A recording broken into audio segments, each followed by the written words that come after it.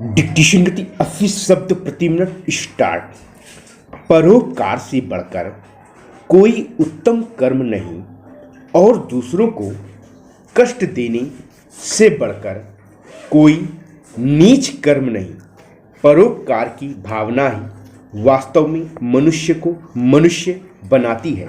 कभी किसी भूखे व्यक्ति को खाना खिलाते समय चेहरे पर व्याप्त संतुष्टि के भाव से जिस असीम आनंद की प्राप्ति होती है वह अवर्णनीय है।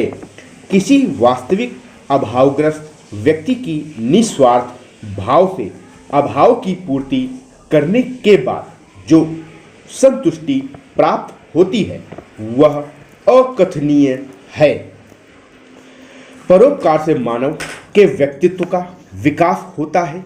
व्यक्ति स्व की सीमित संकीर्ण भावनाओं की सीमा से निकलकर पर के उदात्त धरातल पर खड़ा होता है। इससे उसकी आत्मा का विस्तार होता है और वह जन जन के कल्याण की ओर अग्रसर होता है।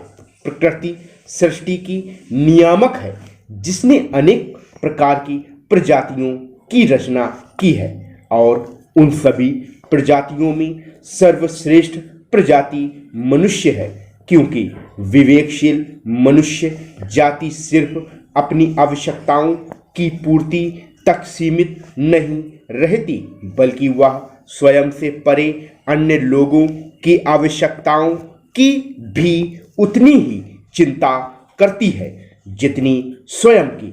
इसी का परिणाम मनुष्य की सतत विचारशील मननशील एवं अग्रगामी दृष्टिकोण संबंधी मानसिकता के रूप में देखा जा सकता है। प्रकृति के अधिकांश जीव सिर्फ अपनी आवश्यकताओं की पूर्ति तक ही स्वयं को सीमित रखते हैं। अपनी एवं अपने बच्चों की उदर पूर्ति के अतिरिक्त उन्हें किसी अन्य की चिंता नहीं रहती। लेकिन मनुष्य स्वयं के साथ साथ न सिर्फ अपने परिवार बल्कि पूरे समाज को साथ लेकर चलता है एवं उनके हितों के प्रति चिंतित रहता है। मनुष्य की यही भावना उसे भ्रातृत्व की भावना से जोड़ती है। विश्व बंधुत्व की भावना का विकास ही अंततः विश्व शांति एवं प्रेम की स्थापना को संभव कर सकता है। किसी भी समाज के सभी प्रबुद्ध व्यक्तियों का सपना एक ऐसे आदर्श समाज की स्थापना होता है जहां मानव मानव के बीच किसी प्रकार का कोई भेदभाव न रहे। मनुष्य की बस एक ही जाति हो, मनुष्यता। उसका सिर्फ एक ही धर्म हो, इंसानियत। उसका सिर्फ एक ही नारा हो, मानवीयता का समतामूलक एवं मानव के प्रति गरिमा युक्त व्यवहार जिस समाज की रग रग में व्याप्त होगा वह समाज धरती पर स्वर्ग तुल्य हो जाएगा। मानव के प्रति समानता एवं गरिमापूर्ण व्यवहार सिर्फ उस मानसिकता की उपज हो सकती है जो वैश्विक स्तर पर सभी मनुष्यों को न केवल समान समझे बल्कि मनुष्य मनुष्य के बीच किसी भी प्रकार की असमानता को अतार्किक एवं हेय समझे। जो व्यक्ति जीव के अंदर ही ईश्वर का अंश देखता है मनुष्य को ईश्वर की साक्षात्कृति समझता है। उसे न सिर्फ धार्मिक दृष्टिकोण से बल्कि वैज्ञानिक एवं भौतिकवादी दृष्टिकोण से भी मनुष्य मनुष्य के बीच अंतर करने का कोई औचित्य नजर नहीं आता। धार्मिक दृष्टि से मनुष्य को ईश्वर की रचना या अंश मानने का श्रेष्ठ परिणाम यह होता है कि मनुष्य किसी भी मनुष्य को उचित सम्मान एवं गरिमा प्रदान करने के लिए नैतिक रूप से बाध्य रहता है। नैतिकता संबंधी बाध्यता से उसे व्यवहार में दूसरे मनुष्यों की चिंता, उनके हितों की पूर्ति हेतु सार्थक प्रयत्न करने की ओर अग्रसर करती है। जड़ प्रकृति के अंतर्गत सूर्य, चंद्रमा, नदी, वायु आदि तो चेतन प्रकृति के अंतर्गत पेड़ पौधे अपने लिए नहीं बल्कि दूसरों के लिए अपना जीवन जीते हैं। मनुष्य जीवन की सार्थकता इसी में है कि वह दूसरों के कल्याण पर भी ध्यान दे। जो व्यक्ति दुखी व्यक्तियों की करुण पुकार से अशक्त एवं असहाय व्यक्तियों की याचनापूर्ण करुणा दृष्टि से विचलित या प्रभावित न हो, वह मनुष्य कहलाने के योग्य नहीं है। उसमें एवं पशु में अधिक अंतर नहीं होता।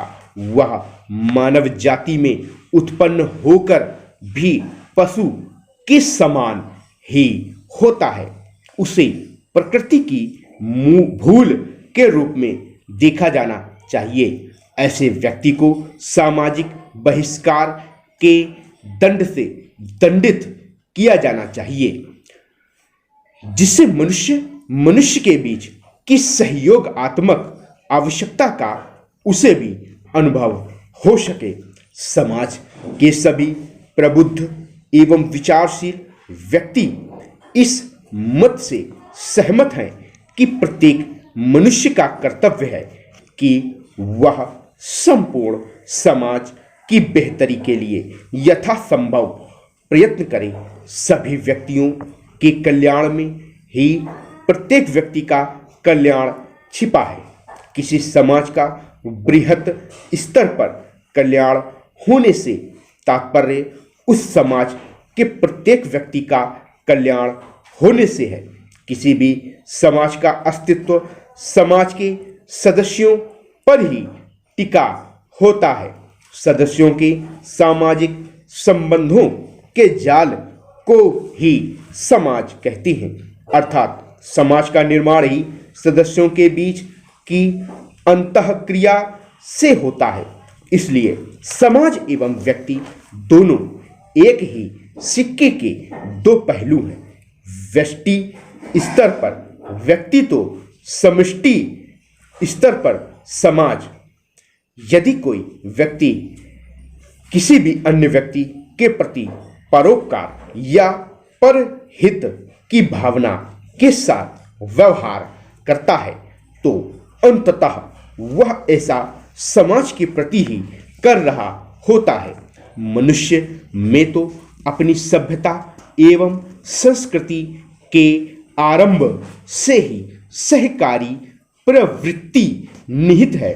उसने प्रारंभ से ही दूसरों के दुख दर्द को अपना समझा और सामूहिक स्तर पर सम्मिलित रूप से उसे दूर करने की कोशिश की।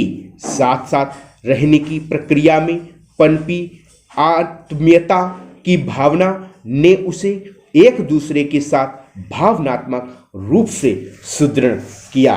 मनुष्य एक सामाजिक प्राणी है, इसलिए कदम कदम पर उसे एक दूसरे के सहयोग एवं समर्थन की आवश्यकता पड़ती है।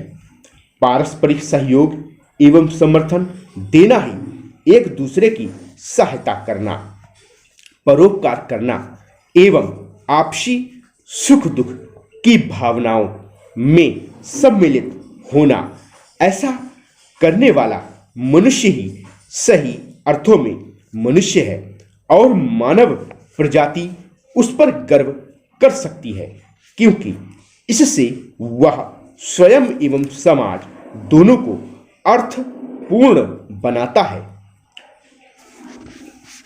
आत्मीयता, लगाव, स्नेह, प्रेम, भाईचारा जैसी विशिष्ट मानवीय प्रवृत्तियां मनुष्य को प्रकृति की नैसर्गिक देन हैं। स्टॉप।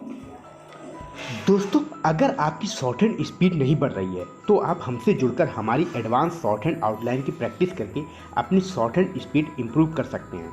आउटलाइन प्राप्त करने के लिए दिए गए नंबर पर संपर्क कर सकते हैं, और यदि आपको रेगुलर डिक्टेशन विद आउटलाइन लेनी है तो आप हमारे ग्रुप को ज्वाइन कर सकते हैं। और यदि आपके किसी साथी को घर बैठे ऑनलाइन हिंदी शॉर्ट हैंड सीखना है तो आप उसको इस चैनल के बारे में बता सकते हैं।